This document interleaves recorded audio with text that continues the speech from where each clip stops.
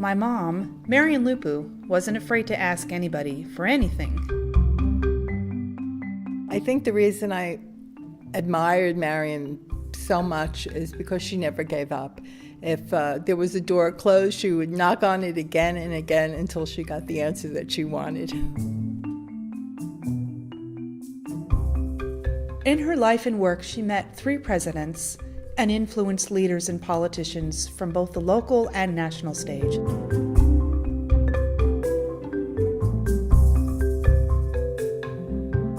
Important people, but Mom was never intimidated because for her, everyone was an important person.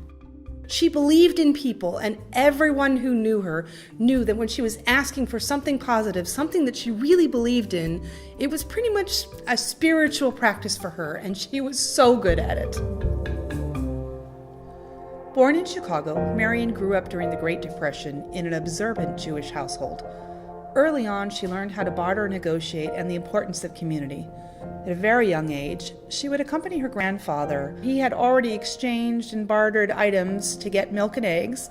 They went to the wealthy apartments door to door and would sell those goods.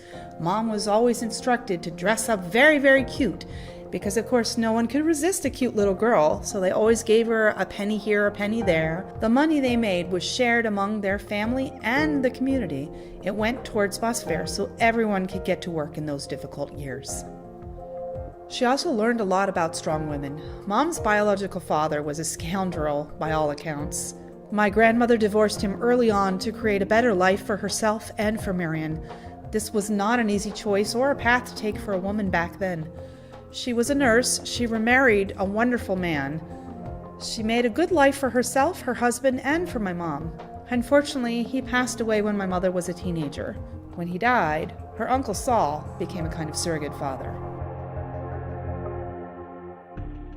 Even back then, Mom knew she wanted to be an advocate. She just didn't know what for. So she set out to find out where she was needed most. Her education may have sown the early seeds for her advocacy approach. In an elective class, Gerontology found Marian. It was one of the first courses ever taught on aging, which would become her passion later in life. At the time, she was a graduate student at the University of Chicago and studying with the famed community organizer Saul Alinsky. I soon decided, she said, that all the research in the world wasn't going to help the aging population unless it provided services and advocacy. After completion of a degree in industrial relations, she worked for the National Opinion Research Center at the University of Chicago, first as an interviewer and then a supervisor of a nationwide, multi-year survey about issues facing the elderly. During World War II, Dad, Charles Israel Lupu, had been wounded. The shrapnel in his finger meant giving up on becoming a concert violinist. Through the GI Bill, he became a biochemist. Mom met my dad at a wild party. His date had had way too much to drink and ended up on the couch. Dad looked after his date lovingly all night long, and my mom was so impressed. They talked all night at that party. Later on, they met up for coffee. They were married in 1948 for almost 60 years. He was a calm, logical, steady complement to Marian's high-energy type A spirit. Their marriage was a source of great joy and stability for her. Charles was unusual for the era in being completely supportive of his wife's professional career, never looking at her accomplishments as in any way diminishing his own.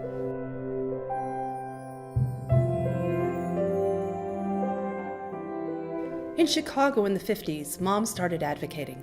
Little things that made a big difference. She helped some African American families get library cards when, although it was legal, it really wasn't encouraged. My dad removed the sign from the still segregated water fountain at his lab and drank from the fountain previously reserved for non-whites. Dad's job took them many places: New Orleans, Charlottesville, Pittsburgh.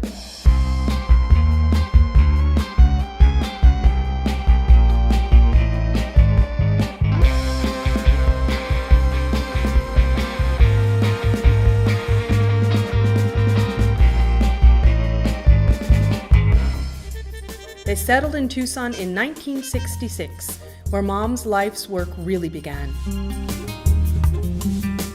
In 1966, she founded the agency that would become the Pima Council on Aging, first as a volunteer in a small office with furniture she bartered for and seed money from the Older Americans Act. Activist Marian Lupu has always believed that this public health issue demands public action. Almost 50 years ago, she founded the organization that would become the Pima Council on Aging to give more people a chance to age successfully. When I started, our only service was one nursing home in the community. Most of the social agencies did not serve the elderly. Thousands of Southern Arizona's seniors over half a century have had better lives because my mom cared and worked hard to make things happen. She performed her role as the founding executive director for 42 years, the longest-serving area agency on aging director in the nation.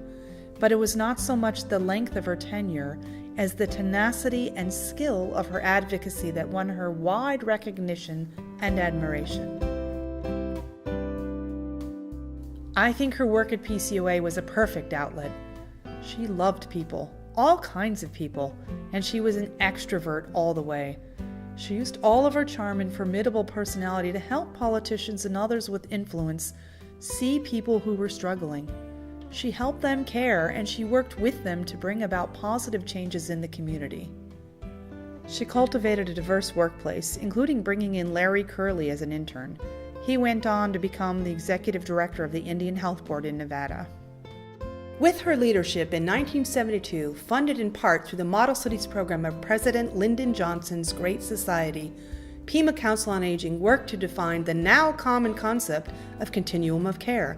In Pima County, that meant in-home caregivers, home-delivered meals, social and nutrition service, daycare, and transportation. She also helped PCOA develop and implement adult health services, senior socialization and nutrition programs in senior centers, senior art fairs, and comprehensive hospice care. PCOA became a model for the whole country. Visitors were typically amazed. There was nothing like this kind of agency in their states. She made an impression by building bridges and expecting cooperation across customarily divisive lines, especially political parties, government and business, ethnic communities, academia, and service delivery. In an era before conference calls were common, she was known to have 2 phone lines on her desk and 1 at each ear, and always 2 pair of glasses on her head.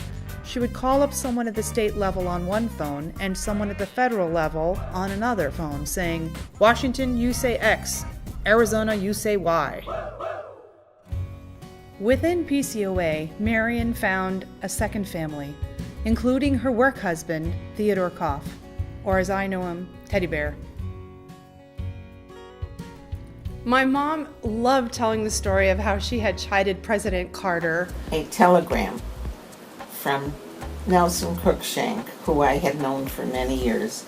He was now the Commissioner on Aging. He had arranged for her and a group of seniors to meet with President Carter for 15 minutes. The telegram from the President said that we would be dealing with issues of Social Security and Medicare, which were of primary importance to discuss at this time. So they went in, and the president comes in, and everybody stands up, and President Carter begins to launch in talking about the Panama Canal. And this is not the picture that I'm looking for, at which I'm standing up and pointing my finger at the president, just like I had seen on TV by that wonderful, wonderful Helen Thomas. And I knew that was the way to get your attention, the president's attention, once you stood up and shook your finger. And I said, well, what we came for, we haven't discussed. Several years later, my mom and dad are traveling on an airplane together, and so happens President Carter, the former President Carter at this time, is in first class, and he comes back and is doing the presidential thing, shaking hands and talking to people, and he gets to the row that my mom and dad are sitting at, and he looks at them and he recognizes my mom. And he turned to Charles and he said, "You must be a very strong and independent man." And Charles said, "What a nice compliment. But what made you arrive at that?" And he said, "Living with this woman." He said, "Do you know, there have only been two who ever stood up in the midst of a briefing and shook their finger to get my attention and have the nerve to interrupt and to ask their question." My dad says, that sounds about like Marian. That sounds like Marian.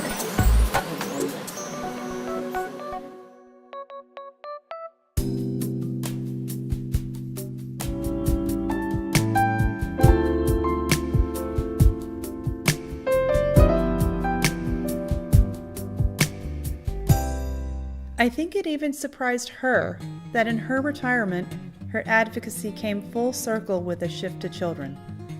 If we could develop relationships with young people for them to recognize that they will grow old, and what do they want in the community to be there when they are old. She was a tireless supporter, champion, and fundraiser for Dancing in the Streets, Arizona. It was her encore career. She served as president of the board, back office staff, hall monitor, and fairy godmother. Marian was a friend from her days with the Pima Council on Aging, but I got to know her better in retirement. She emailed me first at the Senate and said, "I'm going to be calling you in a couple of days. I want you to brainstorm with me on entities to contact to get more funding for Dancing in the Streets." And so when she did call me, I had maybe 4 or 5 suggestions, and she told me, "We tried that, we called them, they said we were too small or some other issue." And I said, "Gee, I'm so sorry I'm not more help." She called me back a week or so later and she said, "Well, I called all those people again and I told them that Senator D'Alessandro told me to call them, and some of them gave me money." So I was very pleased to hear that good news. Marian saw working with children as a natural extension of working with older adults. She would say, "We need the children to grow up to be strong, contributing citizens in order to support the services elders need. And we need the elders to contribute their wisdom and perspective and vision to help the next generation flourish." The through line of Mom's life was a passion and a drive that was never focused on herself. She insisted that her 90th and 91st birthday parties be fundraisers for Dancing in the Streets, Arizona. Even in her last days, she wanted to make sure the work would continue.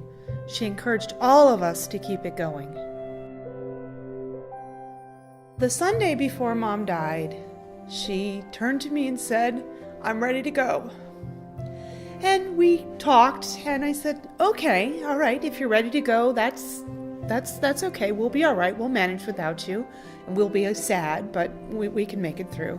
So Mom, being the executive all the way to the end, was very concerned that her work with Dancing in the Streets and her passion for advocacy would be lost.